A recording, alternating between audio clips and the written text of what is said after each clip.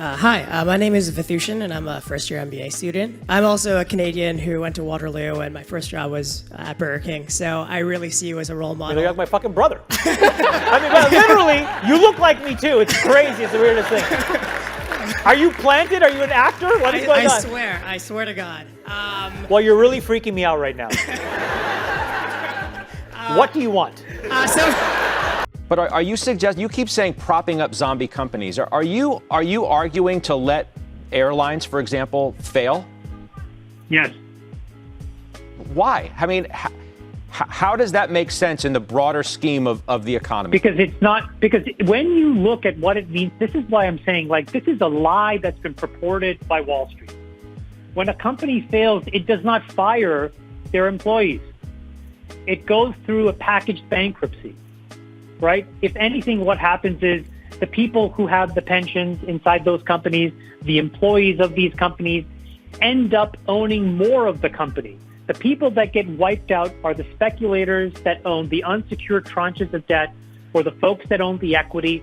And by the way, those are the rules of the game. That's right, because these are the people that purport to be the most sophisticated investors in the world. They deserve to get wiped out. Well, look, I mean, the reality is that I got to a point in my life, largely when I became a parent, where I had to really start to think about what social media in general was doing to my children and what it was doing to the social norms that they were being raised in.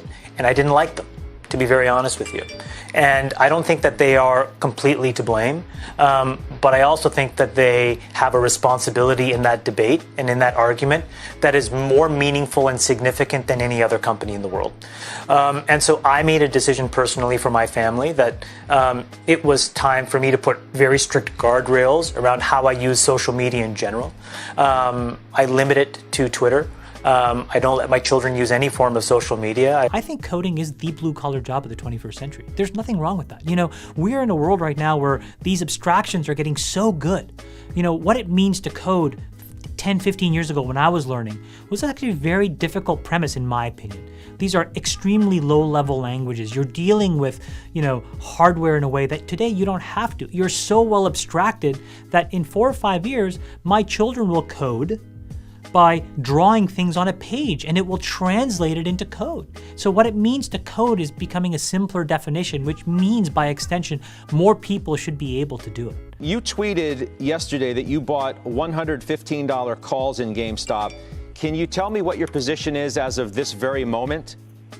Yeah, can I tell you a little story before all of that, or no? Why don't you tell me that first, and then we'll go from there.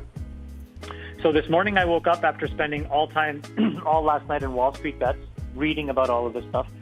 I ended up closing up my position this morning, and I wanted to announce that I'm taking all the profits that I made, plus my original position. So I'm going to take $500,000, and I'm going to donate to the Barstool Fund for Small Businesses.